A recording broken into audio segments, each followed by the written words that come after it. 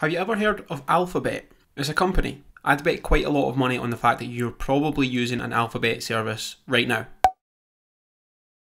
What's happening, people? My name is Robbie and today I'm going to tell you about Alphabet Inc. Who they are, what they do and why they are being mentioned so prominently in the news this week. So let's take it from the top. Who or what is Alphabet Inc? Alphabet is a multinational conglomerate holding company. So what does that mean? Well, a conglomerate is a multi-industry company, meaning it either operates in multiple industries or is a parent company to companies within multiple industries. For example, if you owned an investment company which had subsidiaries in oil and gas, retail and property, this would be classed as a conglomerate because it's covering 3 different industries. In this instance, Alphabet is a conglomerate which owns the following companies.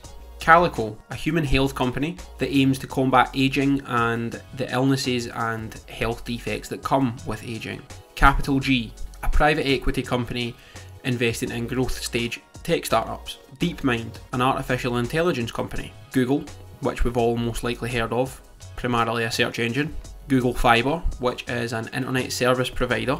GV, a venture capital company for tech startups. Intrinsic, a robotics software company. Isomorphic Labs, a drug discovery company. Verily, another human health company. Waymo, an autonomous self-driving car company. Wing, a drone delivery service. And X Development, which is a research and development arm of Google that focuses on moonshots. A moonshot is essentially a company that is a bit of a long shot for it to be successful, but typically aims to pioneer certain aspects of an industry. For example, self-driving cars, Google Glass, the type of ideas that are meant to change the world but sometimes don't. That's a moonshot. So those are the subsidiaries of Alphabet, but it goes deeper than that. As we know, Google has many facets.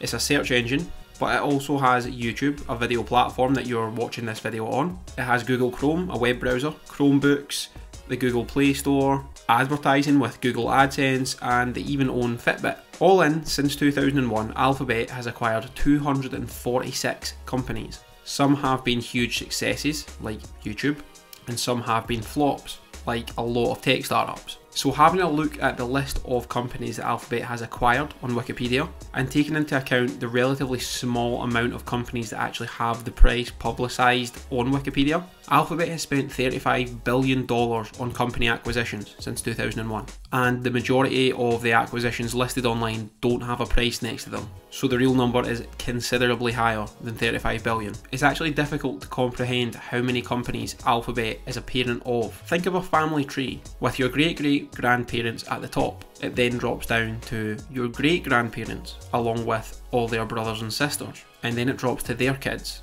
who then have kids, who then have kids. And there you are at the bottom. You might have your immediate family like brothers and sisters, maybe some close cousins, but if you zoom out of a family tree far enough, it's likely that there are hundreds of people on it, most of whom you've never met. Now in your head, change your great-grandparent to Alphabet, and all the children of the great-great-grandparents to companies that own smaller companies, that also own even smaller companies. It's a similar situation to a family tree. So because of this complexity and how many companies Alphabet actually owns, Alphabet currently has a market cap of $1.83 trillion, trillion with a T.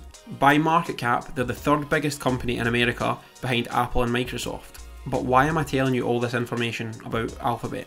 Well, Alphabet has been a hot topic in business news this week, and I'll tell you why once I've addressed the reason that a lot of you are probably watching this video. Last week, I posted a video on YouTube titled, "If you like this video, I'll buy you a Starbucks." The basic premise was, for every like that the video got, I would add 50 pence to a Starbucks gift card, and then let my subscribers use the gift card to claim a free coffee on a first come first served basis. It has now been a week since the video was released, and I can confirm the video received 281 likes. As you can see, I even liked it myself to add another 50 pence to the pot. But can anyone notice the discrepancy here? There's 281 likes, but there's only 275 views. How could this be? How could the video possibly have more likes than it does views?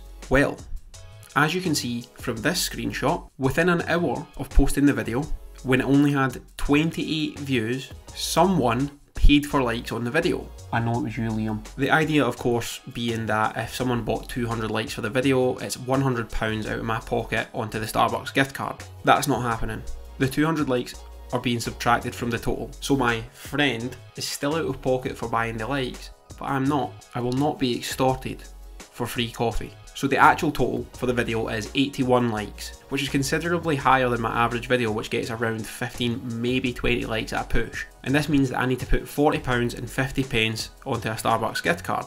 But what I'll do is I'll round that up to £50 so a couple more of you can get your free coffee. But don't get your hopes up just yet. The free coffee is not available today. I'll be including the barcode in next week's video because I obviously couldn't include it in this one because I only got the total today. So stay tuned for next week's video on Friday where I will be posting the barcode and everyone can get their £50 worth of Starbucks. And fingers crossed that everyone is going to obey the rules and get one item, be it a coffee, a sandwich, a drink of some sort, and not ruin it for everyone else. Anyway, back to Alphabet. So Alphabet are big news this week. Currently, one share of Alphabet stock costs $2,752.88. But as we can see from this chart, the share price has jumped to $3,005 per share after hours. That's a 9% increase since the market closed on Tuesday. So what caused this? Alphabet have announced that the board has approved a plan to split the stock at a ratio of 20:1. This basically means that your one share worth $3,000 will now be split into 20 shares and they'll be worth around $150 each. So you still own the same amount of Alphabet shares,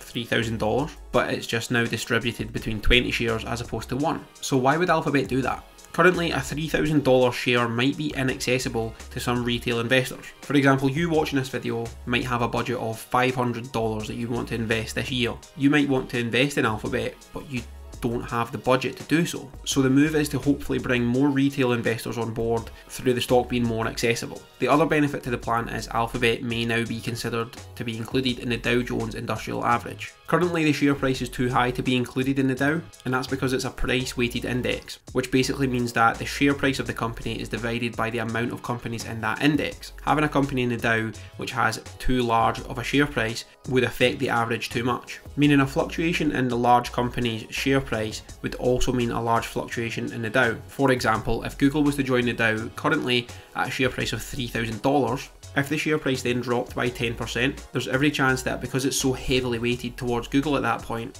the full Dow Jones Industrial Average could drop by 9 or 10% as well. A stock split would bring Alphabet's share price down to around $150 per share, which means it wouldn't be too large to join the Dow Jones Industrial Average, which is often used to gauge how well the US economy is doing. So what can we take from this news that there's going to be a 20:1 stock split? My opinion is it can only be a good thing for Alphabet. A lower share price gives more accessibility to smaller investors like you or I, who may not have the capital to invest $3,000 in one share. New buyers at a lower, more accessible price should drive the price up, theoretically, which is good for everyone. The big investors get a great return for their money, and the small investors get a chance to invest in a company that was once inaccessible to them. Now, I don't know about you, but I'm getting in before it goes any higher. I bought a share this morning at £2,226, and I'll hopefully see a nice return on that in the coming years. I say in the coming years because I'm not investing in this for a short-term trade over the next week or month. I am planning on holding this for a very long time. It just seemed like a good opportunity to buy. Now remember, this is just news. Any opinions here are just that. They're my opinions. They're not advice to buy anything or to sell anything. As we know, I'm not a financial advisor. I'm just chipping in my opinion on the matter and telling you what I'm doing with the information. Thanks as always for watching, folks. Don't forget to like the video if you found it useful, and also don't forget to tune in next week to claim your free coffee. Take it easy.